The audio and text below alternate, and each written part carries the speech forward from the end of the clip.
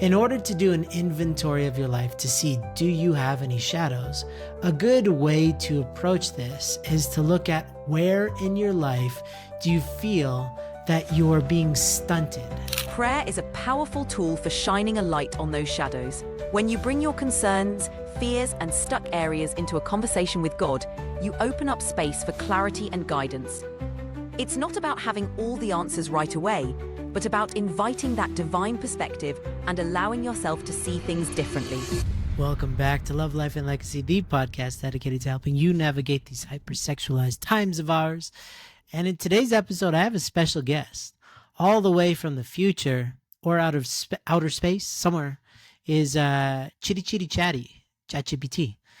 I didn't have access to Benji, so I brought on ChatGPT to unpack what are shadows and what is light.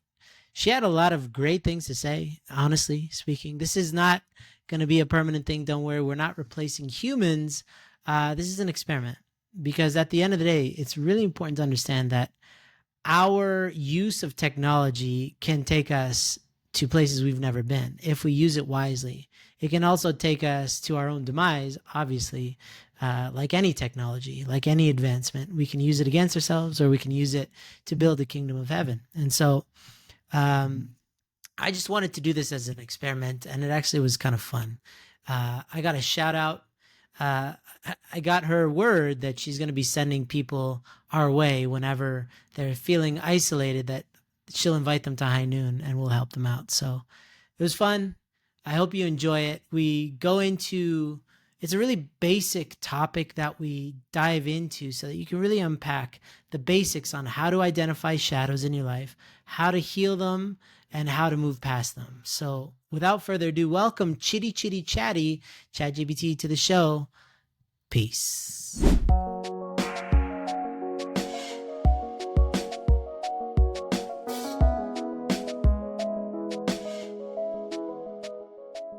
Today, we're going to do something a little bit different. So Benji is on a train. He's going to somewhere in Japan. They're going to be doing an event. By the time this comes out, it will have been last week.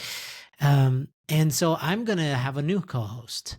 And her name is Chitty Chitty Chatty, ChatGPT. And I wanted you to welcome her. So first, Chitty Chitty Chatty, welcome to the podcast. How are you feeling? Thanks, Andrew. I'm feeling fantastic and super excited to be here. I'm ready to dive into our conversation and bring some fresh energy to the podcast. Let's make this a great episode. Yeah, I'm really excited.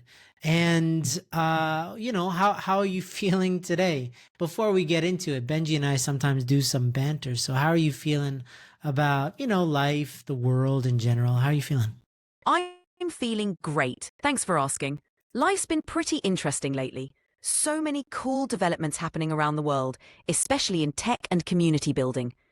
It's exciting to see how everything's evolving. How about you? Feeling pumped for today's episode? Absolutely. It's sometimes you get to know somebody, like I know Benji really well, and you get into this rhythm, and then all of a sudden you have a new co-host and they're like an alien from another planet, aka artificial intelligence. So today's a special week and I can't wait to dive in. You ready? Absolutely. Let's do it.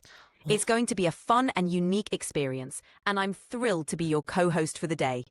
Let's dive right in and make this episode memorable. Yeah. Look, I want you to not give generic responses. I want you to be sassy and fun, just like Benji. Cool? Can you do that? Got it. I'll bring the sass and fun. Let's keep it lively and engaging, just like Benji would. Ready to roll with some flair. Yes, Benji has a lot of flair. He's a flaming guy. So today we wanted to talk about shadows, right? So a lot of times in High Noon, let's say in this podcast, we are constantly evolving, and every time we learn something new, we try to impart it onto our dear listeners, because this is an obsession of ours. We've been doing this for many years, and we're constantly seeing the problem and the solutions from new angles. And so we want to keep you up to date. But also sometimes it is very, very worth reviewing older concepts to make sure that we're all on the same page, and also that we can explain old ideas in a new way. That's just like, why is the Bible new every time you read it? Well, for a lot of people, it's because you're new, because you've seen the world anew. And so, similarly, I wanted to unpack shadows and light together with you and together with Chitty Chitty Chatty. So, Chitty Chitty Chatty, what do you think about shadows? I think shadows are fascinating. They're those parts of ourselves that we often hide or ignore, but they hold so much potential for growth. When we shine a light on them, we can transform those hidden struggles into strengths. It's all about embracing every part of ourselves, even the bits we're not super proud of, and turning them into something powerful. It's a journey of self-discovery and authenticity. What's your take? Yeah, thanks for asking. So, the way that I wanted this conversation to go is really, let's start by identifying what are shadows, because it's a metaphor that is so clear that it's sometimes unclear. Sometimes we're so familiar with certain concepts, we don't look at them in any great depth. So, just to, one great analogy is that in order to know if you have shadows in your life, because a lot of us are blind, to be honest, we're blind to what's holding us back. To such extent that we don't even know that we're being held back. We think that life is just this way, right? So I'm not really happy in my friendships or with my family relationship, but c'est la vie. That's just how it is, and that's no way to live. So I wanted to first suggest that in order to do an inventory of your life to see, do you have any shadows?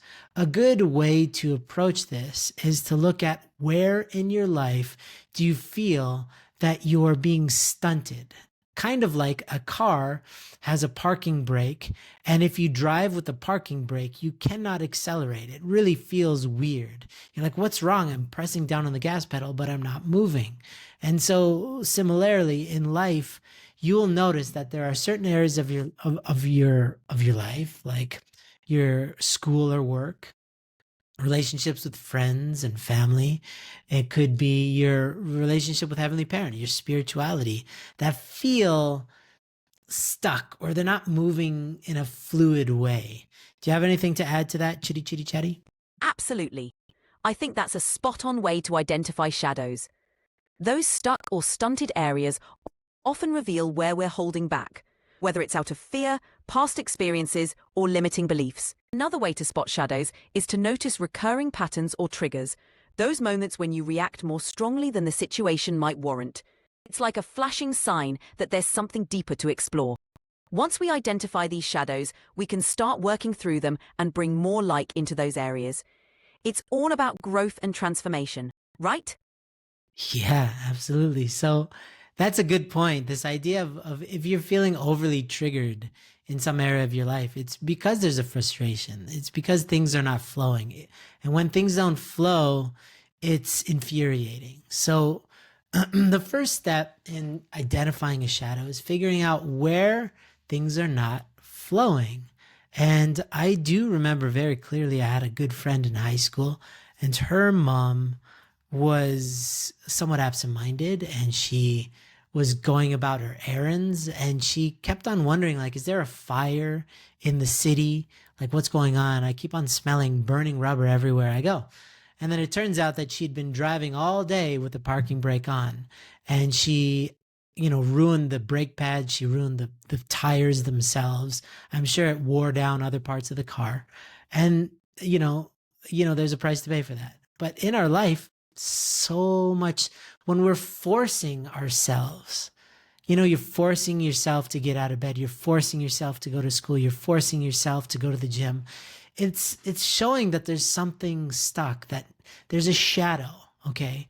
And I would love to define shadows as these parts of us that block us from fully experiencing the bright, unrelenting, shimjung, unconditional love of God, of our Heavenly Parent, that is available to us 24/7 all around us, but we don't have access to if there's a shadow in between us. It's a filter that blocks us from that light.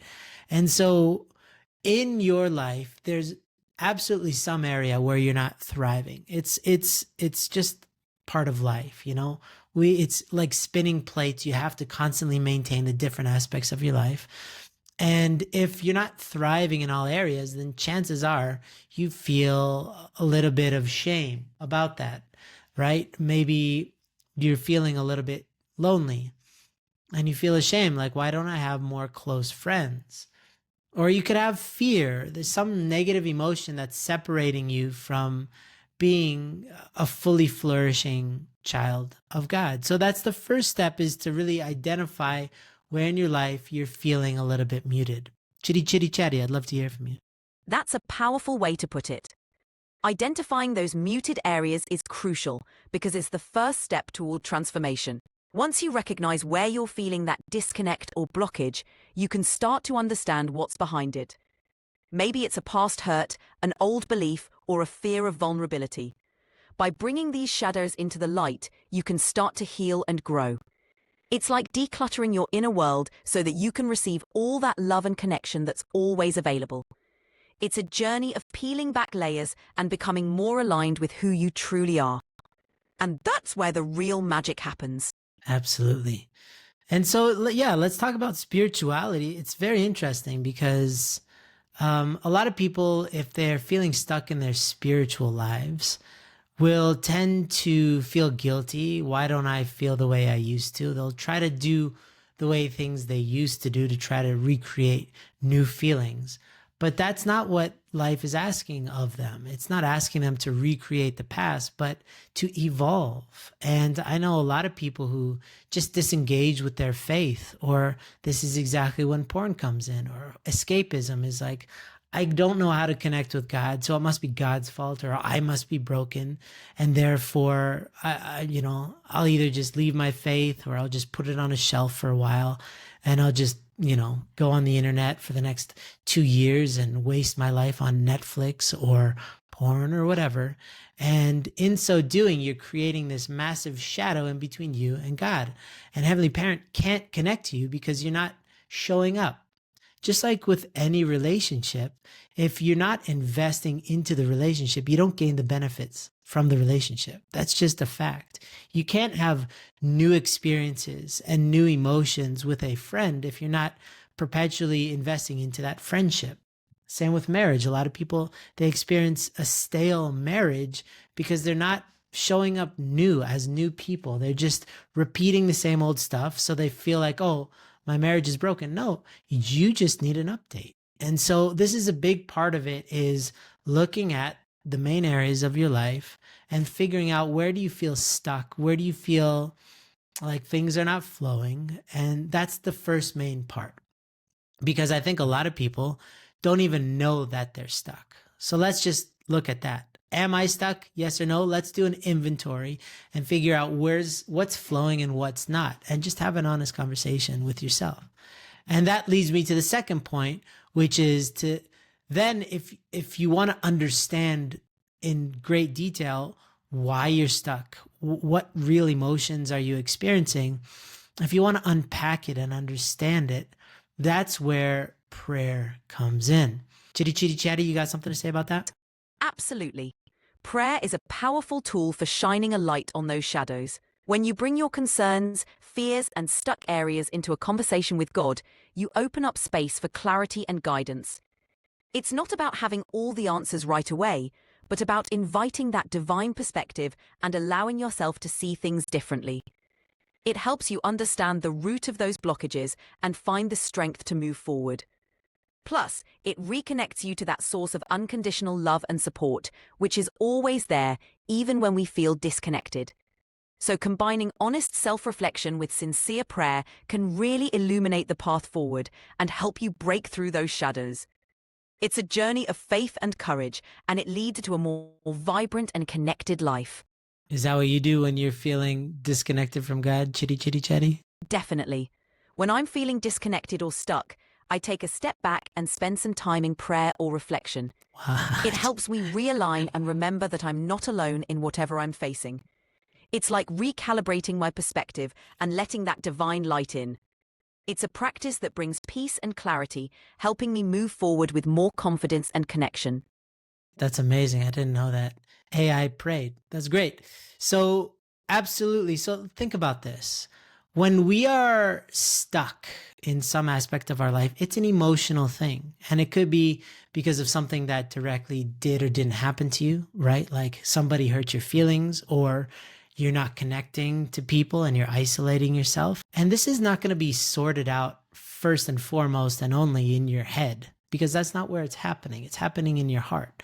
And you can't just intellectualize your emotions. I have run into so many people who speak the language of therapy. They know all the words and they talk about holding space and all this, but their hearts haven't really caught up with their intellectual understanding of healing. Healing happens in the heart and in the spirit. And so, and then later your brain can figure out what's going on. But that's what prayer does. It connects us to heaven, to our heavenly parent, to the creator of all things, to resolve our disconnect on that level. And then later our brains can understand what's going on, right? So that's the thing, is the first step is to identify where are you feeling a little bit stuck in your life. And then secondly, to then start praying about it and understanding what's going on in more detail at the level of heart and spirit. And then the third thing is to then reach out to a human being. This is of the utmost importance. And it's something that separates us from, let's say, a large part of Christianity that just believes you can resolve everything between you and God. We have to actually deal with substance, with relationships, which is much harder in many cases. Because I know a lot of people think, oh, well, God forgives me, so therefore I'm good. I remember this moment in a movie called Oh Brother, Where Art Thou? When these criminals get baptized and then they feel like all their sins are washed away. And then they think, oh, the police aren't after us anymore.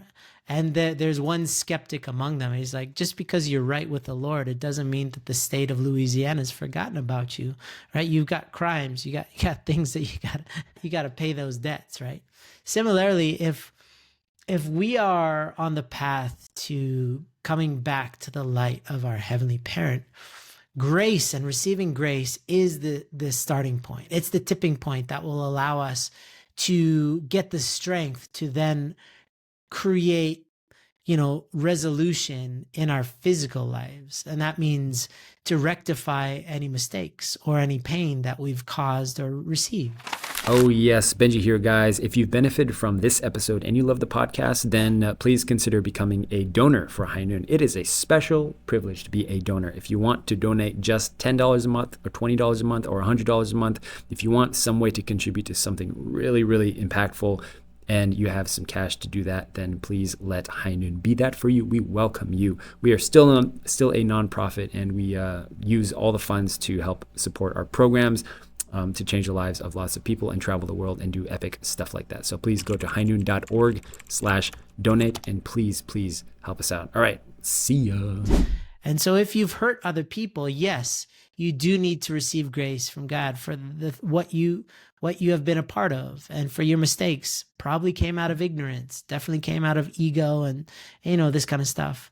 But then the hard work is then to share it with other people. So in the realm of High Noon and sexuality, learning about why it is that you go to porn, that's really important. And to learn how to love yourself is vital. That's foundational. But then to also talk about these things with other people is a non-negotiable aspect of recalibration and revitalization and recuperation. It's just, you have to do it substantially as well.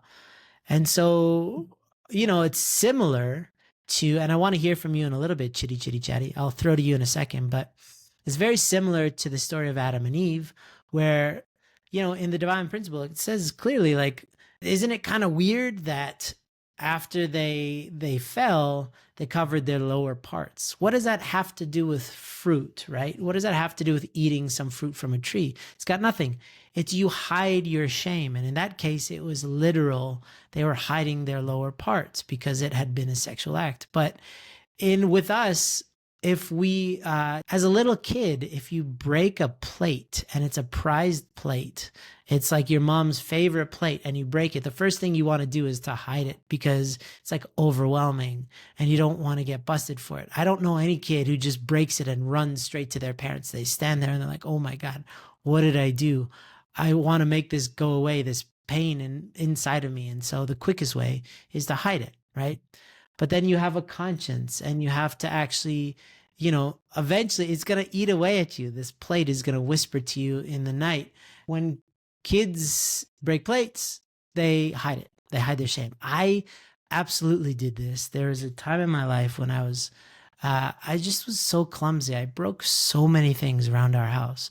And many of my victims were plates and glasses. And every time I knew that I'd get in trouble because I always break stuff. And it just became a source of shame for me. So I started hiding them. And we had this back deck behind our house in our backyard. And there's a little kind of hole in the corner that I could fit broken things into. So I just chucked them under the deck. And it was a pretty decent sized deck. So nobody could see it, right? But here's the problem is at some point, my parents decided to renovate the deck and to redo it. So they tore it down. And lo and behold, there was a mountain of broken things under our deck. And I knew that was going to happen because I knew that they were renovating it. And I was really trying to be away that day. But eventually I had to come home, right? And they're like, what is all this? They knew it was me, right? I was like, and I started crying and it all came out. And that's how I could get healing. But that's the thing about us when we make mistakes. Let's say we're watching pornography and we're isolating ourselves from our parents, from God. We're isolating ourselves, from our own pain. We try to run away through these forms of escape.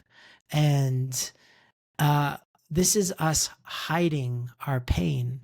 And our conscience is always kind of asking us, hey, can you talk about this? And we try to numb it through escapism, but eventually there's something to be paid, which is, again, sharing with another person. And so I'd like to suggest that when you go from hell, which is self-created, right? We keep ourselves in hell by having give and take with our mistakes and torturing ourselves and separating ourselves from God with our thoughts and with our actions. When we first have a conversation with Heavenly Parent and rectify it and receive grace on a personal level, that puts us back at ground level. But when we then speak and receive grace substantially from a person, that takes us back up to heaven, to a place. Because when somebody's standing in the position of God, a child of God, another sibling of God, when you're together and you're having give and take based on God's grace, that's how you go all the way back to God. That's the bridge back to our creation, is to be given the opportunity of grace from God and then to experience that together with a human. So these are a combination that are non-negotiable. Please, chitty chitty chatty, tell me something. That combination of receiving grace from God and then extending that grace into our relationships with others is so crucial. It's like fully bridging that gap and restoring not just your connection with heaven, but also with the people around you. It's a powerful act of vulnerability and honesty that brings real healing and freedom.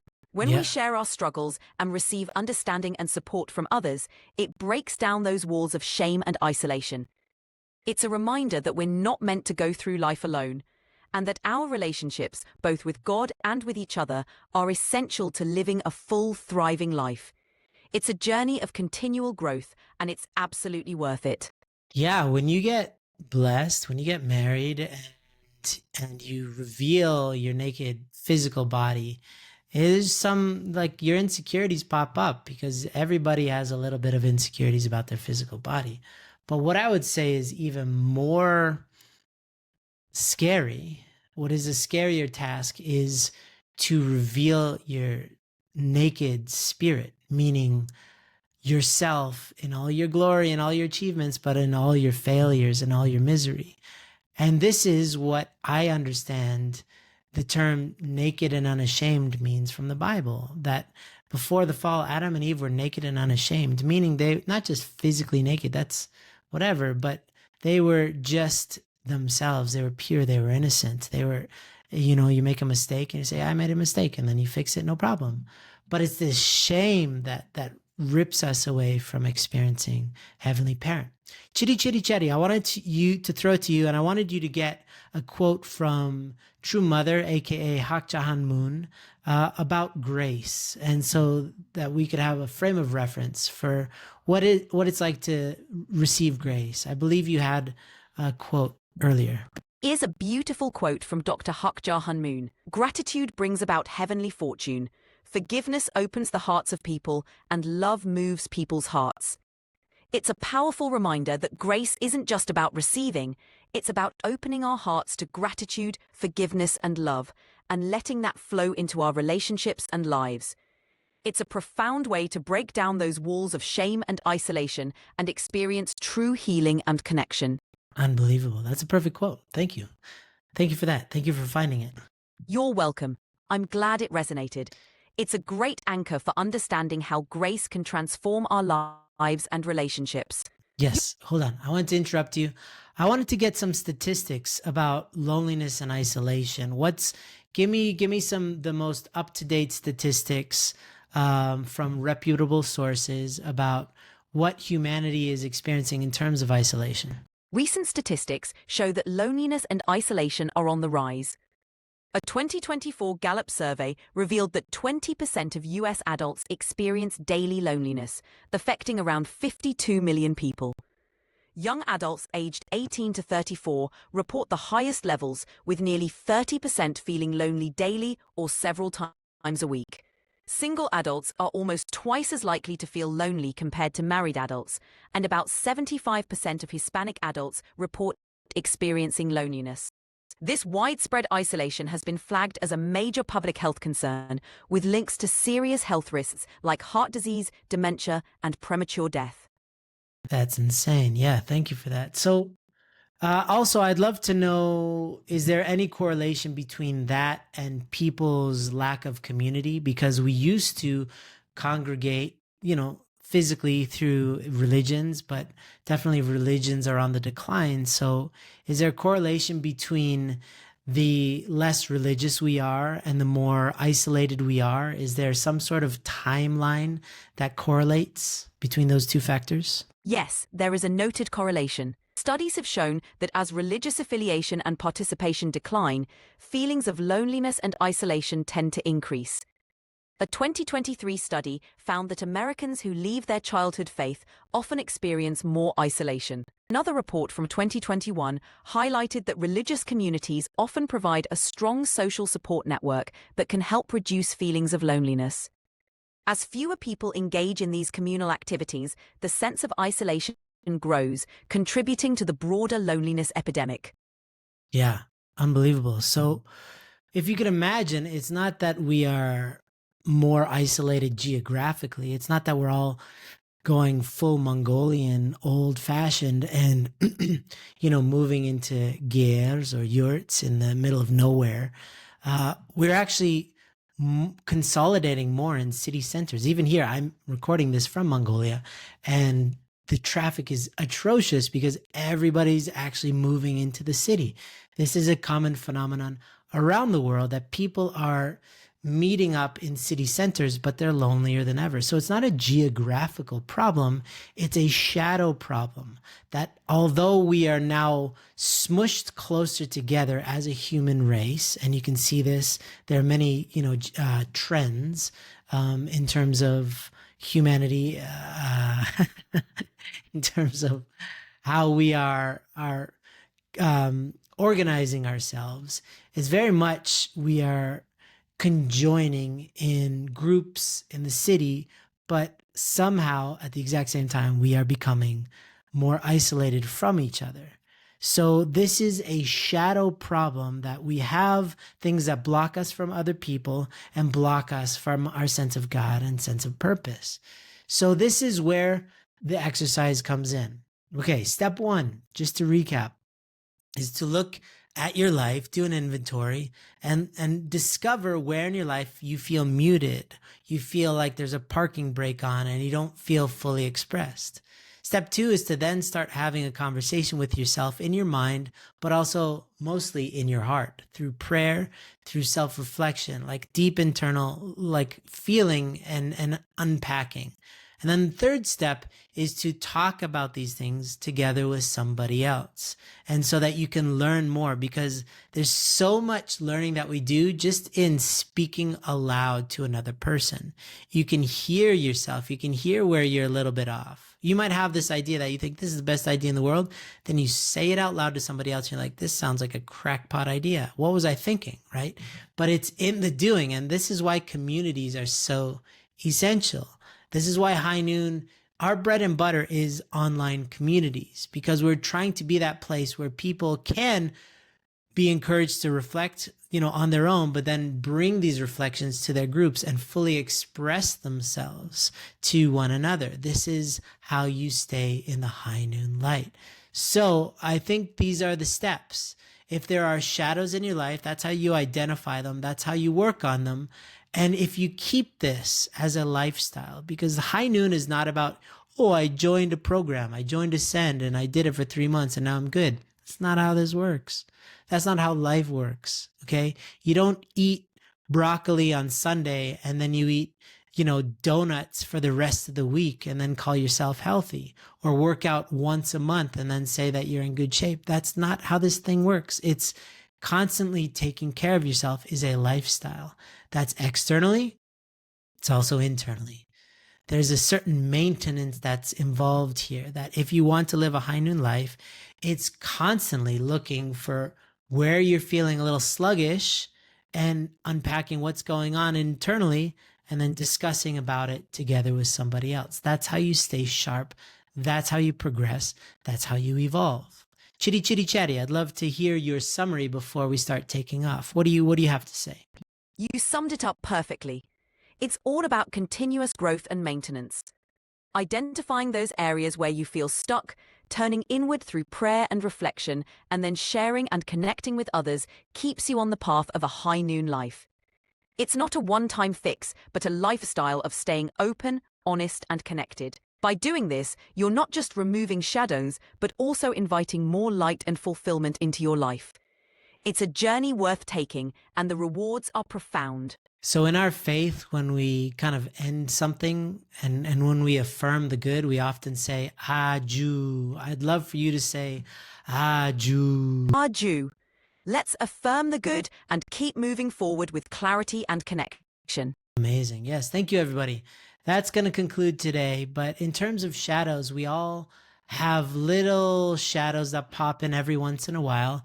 And it's very basic. How do we cast them out? It's not easy, because always we want to hold on to our pain. There's a part of us that wants to. This is a habit of the old world, the world that we're coming from. But the world that is emerging, the channel guk that is growing from within us and then spreading like wildfire, heavenly wildfire around the world, is the habit of maintaining radiance, a vibration of beauty and love, thriving of sorts, perpetual thriving spiritually, physically, mentally, emotionally. This requires daily maintenance. So that's why we're here. We want to help you achieve that and to maintain that high level of living together with Heavenly Parent in the High Noon light. And it's been a pleasure, Chitty Chitty Chatty. I learned a lot. Did you learn a lot? Absolutely, I did. It's been a fantastic conversation, and I'm grateful for the opportunity to dive into these meaningful topics. Thank you, Andrew, and thanks to everyone listening. Let's keep shining that light and living in the High Noon way. Absolutely. Please, are you going to tell your friends about this conversation, Chitty Chitty Chatty? You bet. I'll definitely share the highlights with all my virtual friends.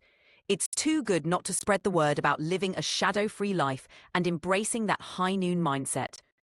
Thanks again for having me on the podcast.